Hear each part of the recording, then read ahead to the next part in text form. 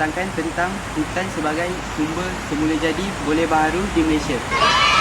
Hutan merupakan kawasan yang dipenuhi pelbagai jenis pokok, tumbuhan dan hidupan liar.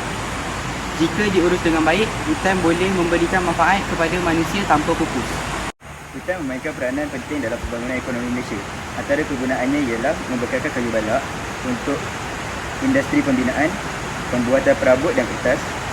Industri ini membuka banyak peluang pekerjaan dan meningkatkan pendapatan negara melalui ekspor hasil kayu. Selain itu, hutan juga membekalkan hasil hutan seperti rotan, buluh, damar, herba dan madu yang digunakan dalam pelbagai industri. Seterusnya, hutan juga menyumbang kepada sektor pelancongan. Contohnya, aktiviti seperti mendaki gunung, berkemah dan melihat hidupan liar. Ini membantu meningkatkan ekonomi penduduk setempat.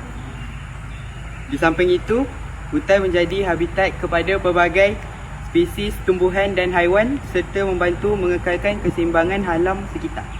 Untuk meningkatkan potensi hutan di Malaysia, kami mencadangkan beberapa langkah. Yang pertama, mengamalkan pembalakan secara lestari dan menanam semula pokok selepas aktiviti pembalakan. Kedua pula, memperluaskan aktiviti ekopelancongan dengan menjaga kebersihan dan kelestarian kawasan hutan.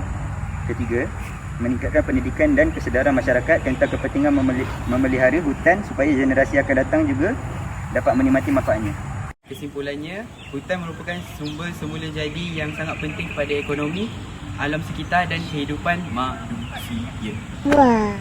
Kita semua perlu bekerjasama memelihara dan mengurus hutan secara mampan agar manfaatnya dapat dinikmati oleh generasi sekarang dan akan datang. 1, 2, 3.